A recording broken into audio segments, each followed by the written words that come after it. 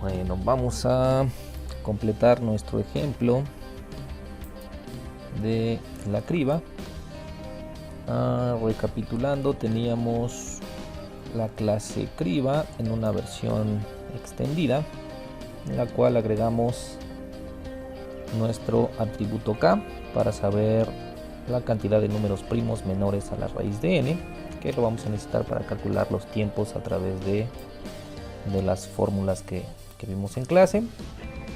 Todo el proceso continúa. Hay un método en el cual hicimos el conteo de los primos y agregamos el conteo de ese valor k, y agregamos los métodos para poder leer la lista una vez que ya está únicamente llena con cuáles son números primos y el valor k. En nuestra clase tiempo escriba, pues habíamos creado un objeto de la clase criba Eratóstenes y creamos el método calcular secuencial, que a través de la lista que nos obtiene y el valor k, pues podíamos calcular el valor de la fórmula en tiempo secuencial. Y en nuestra prueba main pues hicimos las pruebas necesarias y esto ya estaba funcionando. Bueno, entonces lo que vamos a hacer ahora pues es calcular la segunda fórmula, que era el paralelismo, el tiempo con paralelismo de control. Lo primero que vamos a hacer es crear pues nuestro siguiente método, que es precisamente el que va a calcular el tiempo en paralelismo de control con la fórmula que viene, ¿no? Que era el techo de la cantidad de números primos más 1 menos el número primo que estemos cribando al cuadrado entre el mismo número primo, y hacemos la suma de todos los números hasta el valor k. Bueno, este método utiliza la misma fórmula del cálculo secuencial.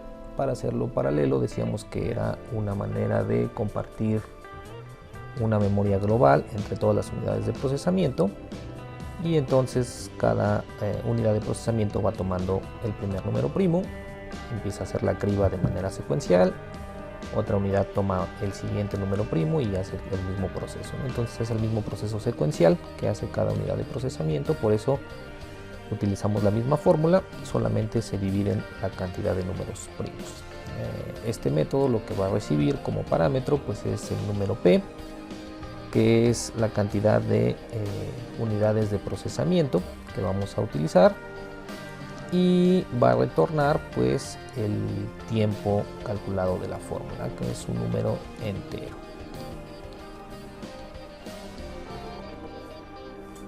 Bueno, vamos a crear el método. En este caso le puse el nombre calcular paralelismo de control.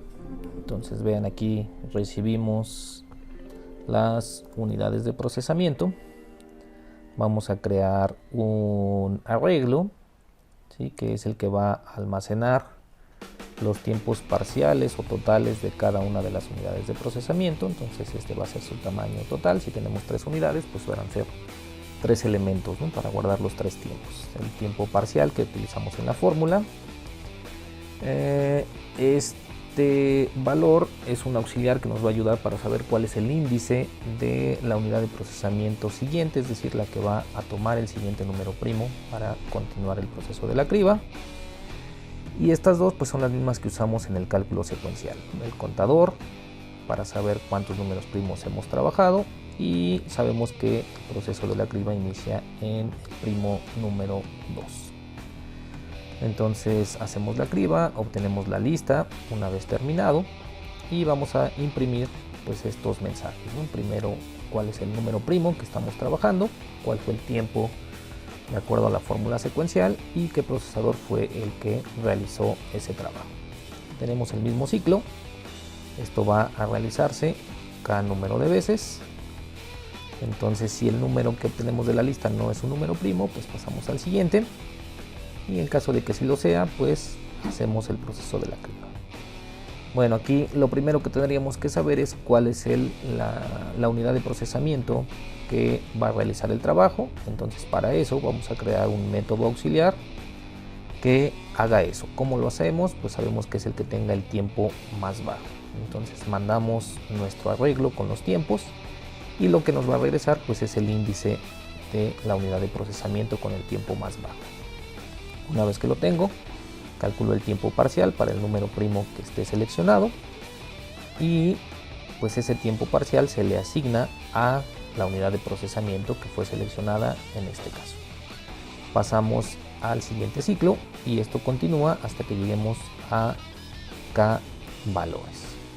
Y una vez terminados todos los números primos hasta que lleguemos al valor K o hasta la raíz de n, entonces pues ya tendríamos los tiempos totales de todas las unidades de procesamiento y sabemos que el tiempo paralelo pues es el tiempo más largo de esas unidades. Entonces vamos a crear otro método auxiliar que reciba igual los tiempos finales y nos va a regresar el tiempo más alto de ese arreglo. Entonces, va a buscar el valor más grande y ese va a ser nuestro tiempo total. Entonces ahora vamos a crear el primer método auxiliar, que es el de tener el índice del siguiente procesador o de la siguiente unidad de procesamiento que tiene que trabajar. Este método pues va a recibir la lista de tiempos con los tiempos parciales y nos va a retornar únicamente un valor entero con el índice de la unidad de procesamiento que debe realizar el siguiente trabajo. Es un método muy simple, solo recibe arreglo de números y busca el menor. Entonces aquí está nuestro método, es privado, solo es un método auxiliar. Dice que retorna el entero, recibe la lista de tiempos y pues en un ciclo for hace la comparación y cuando encuentra el valor menor pues lo almacena en la siguiente posición, que por default es la unidad de procesamiento inicial. Si encuentra una más pequeña pues simplemente intercambia o sustituye el valor y retorna el valor que haya tenido al final.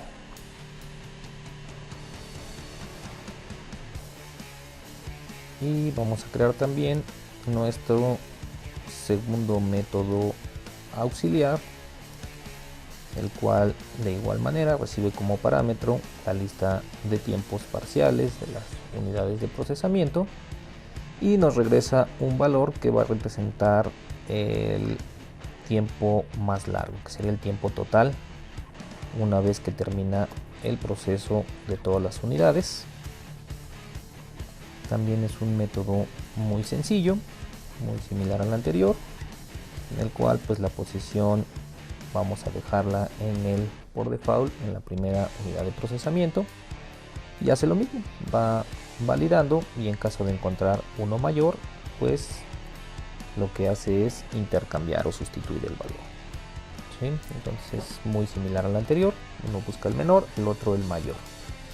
Y la diferencia es que acá nos retorna el índice o la posición de la unidad de procesamiento y aquí nos regresa el valor dentro del arreglo, porque lo que nos interesa es el tiempo, no la unidad de procesamiento que tenga ese tiempo. Entonces con eso terminamos este método, que lo único que hace pues es calcular ese paralelismo de control. El siguiente paso pues es realizar las pruebas. Entonces vamos a nuestra clase donde está el método main, nuestra clase de pruebas. Ya tenemos un objeto de la criba y ya tenemos un objeto de tiempos criba. Entonces con este mismo objeto vamos a seguir haciendo las pruebas. Ya hicimos las pruebas del cálculo secuencial. Ahora vamos a agregar un par de líneas que van a ser las pruebas para el cálculo con el método que acabamos de crear. Entonces, por ejemplo, vamos a ejecutar para 2 unidades de procesamiento.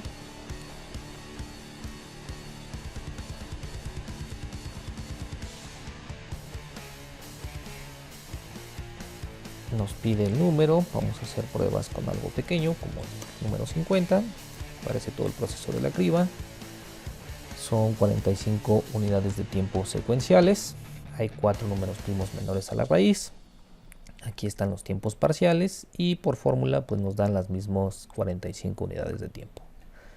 Nos dice aquí, por ejemplo, ya para el paralelismo, que el procesador inicial toma el número primo 2, 24 unidades, el siguiente toma el número 3, son 14, como es el más pequeño, toma el siguiente que es 6, son 20, sigue siendo más pequeño, toma el siguiente y es 1, entonces sumaría 21 y 24, por lo tanto el tiempo total es el más grande, el de 24.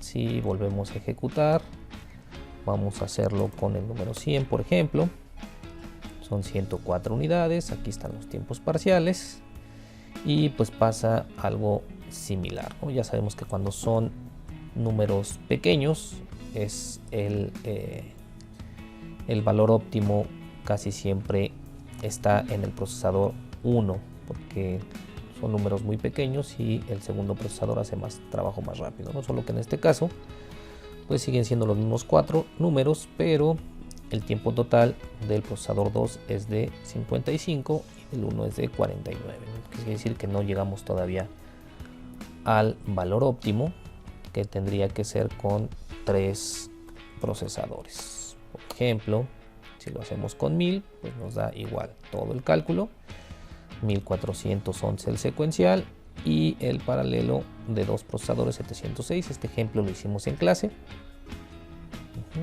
Si cambiamos a 3 procesadores, que era el óptimo, y volvemos a hacer pruebas para 50, por ejemplo, pues sigue siendo el mismo tiempo, ese no cambia. Para 100 ya cambió a 49, ya con 3 procesadores alcanzamos el óptimo, que es el tiempo mayor secuencial del número primo 2, ese no se puede reducir. Y en el caso de 1000 pues pasa lo mismo, ¿no? Llegamos al óptimo, que es el del número primo 2 nada más, ¿no? Ok, bien, pues entonces con esto termina el cálculo del paralelismo de control. Ahora, recordando un poco el esquema de trabajo de los dos tipos de paralelismo que decíamos para la adaptación de nuestra criba,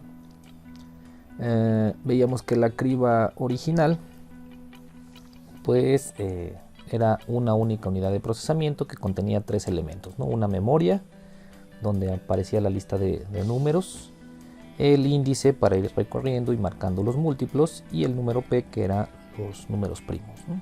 Para esta versión de paralelismo de control que implementamos, de acuerdo a la fórmula, el cambio que se veía es que ahora eran varias unidades de procesamiento, cada una iba tomando un número primo y tenía su índice para ir marcando los múltiplos de ese número, y el cambio es que tenían una memoria global compartida, ¿no? Que es la lista de números en la cual todos acceden a la misma información, a la misma lista, y van marcando múltiplos sobre la misma lista.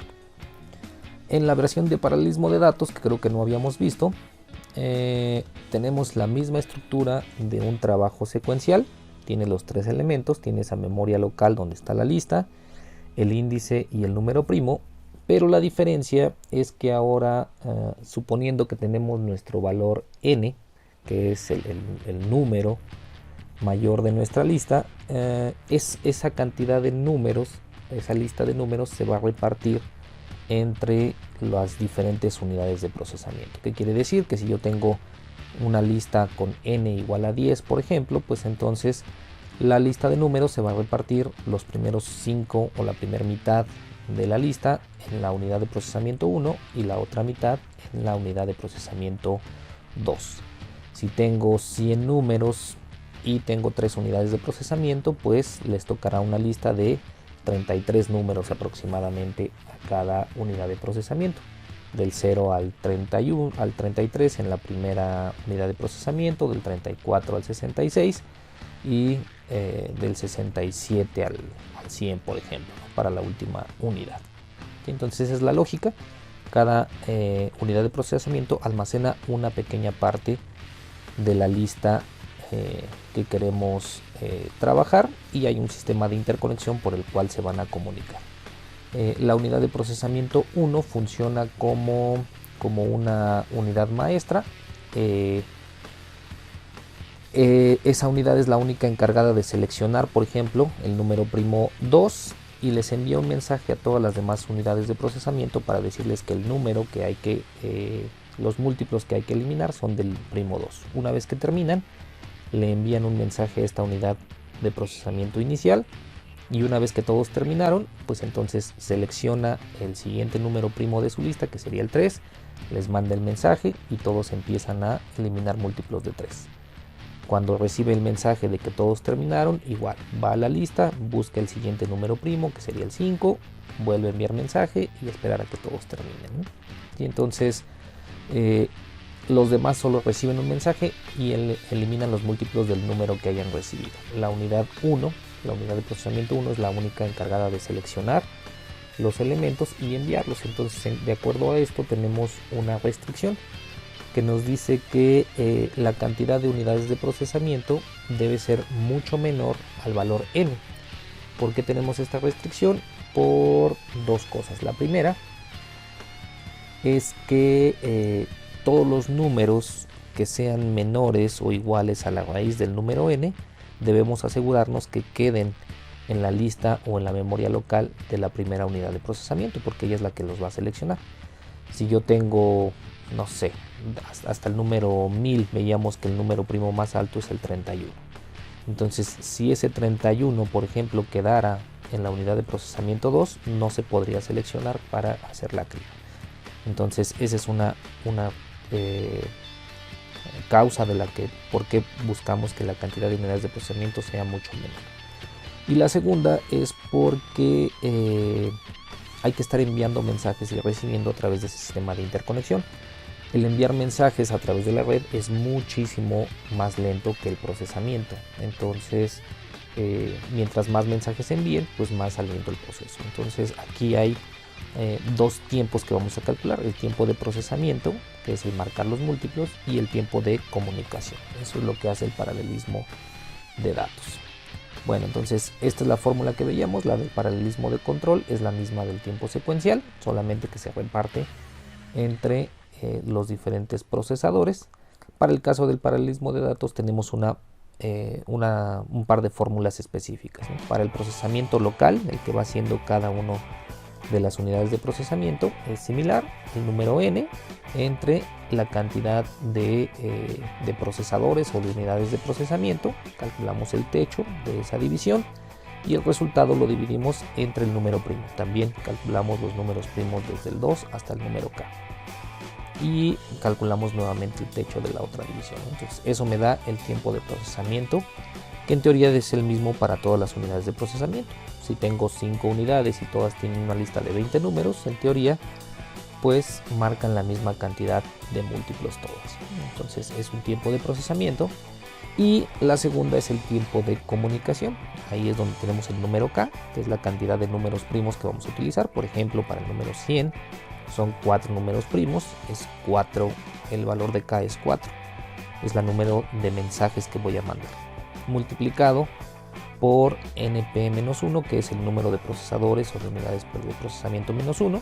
Si es una unidad de procesamiento, pues automáticamente el tiempo de comunicación es 0, no hay a quien mandarle mensajes.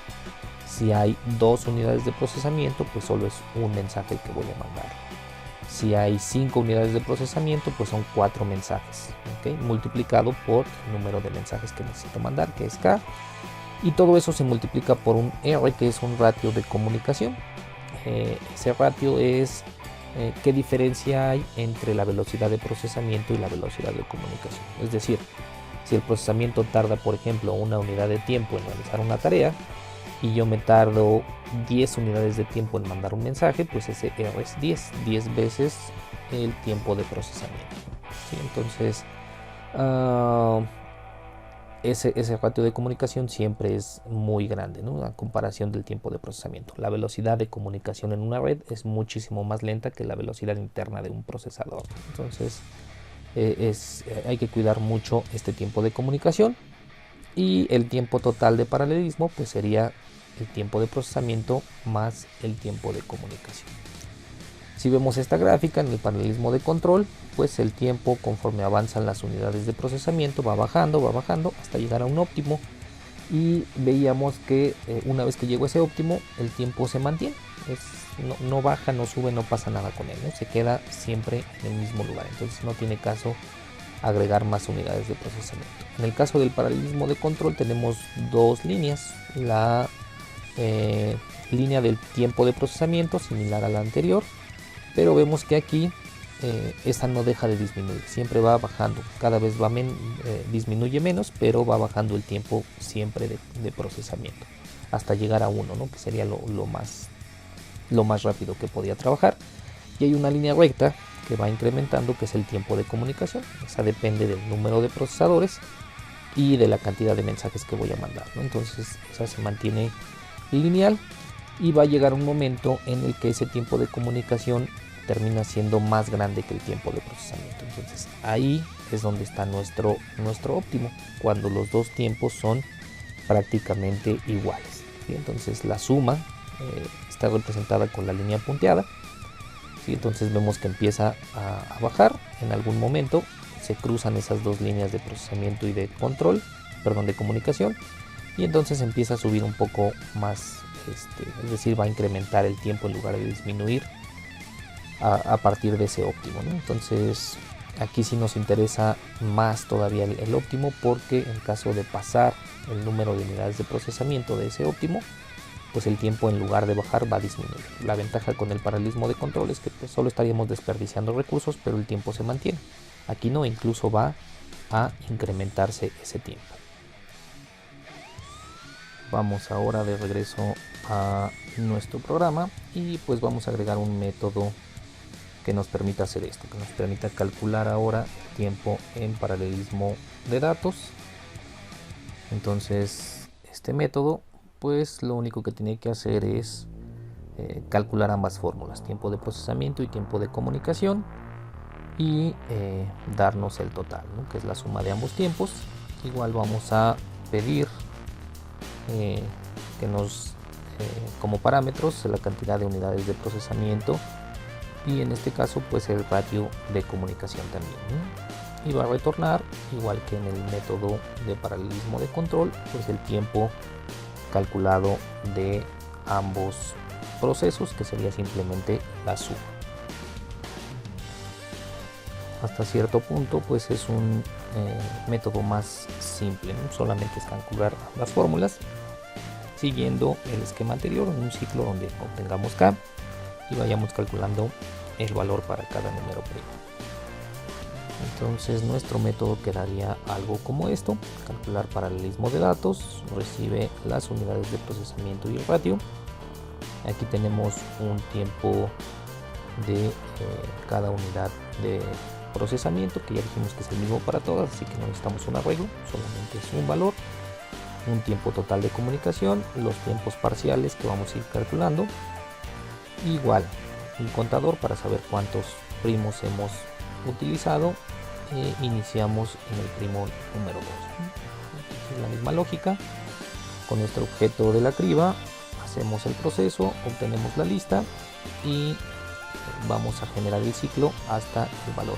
Aquí no necesito saber qué procesador hace el trabajo, todos están trabajando al mismo tiempo, entonces solo necesito saber el número primo y cuánto tiempo se tardó en ese número primo.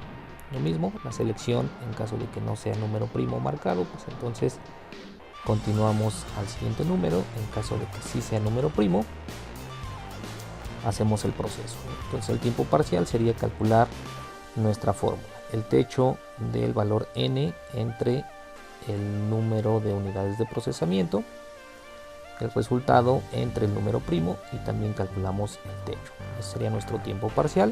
Lo imprimimos aquí y agregamos el tiempo parcial al tiempo total de procesamiento.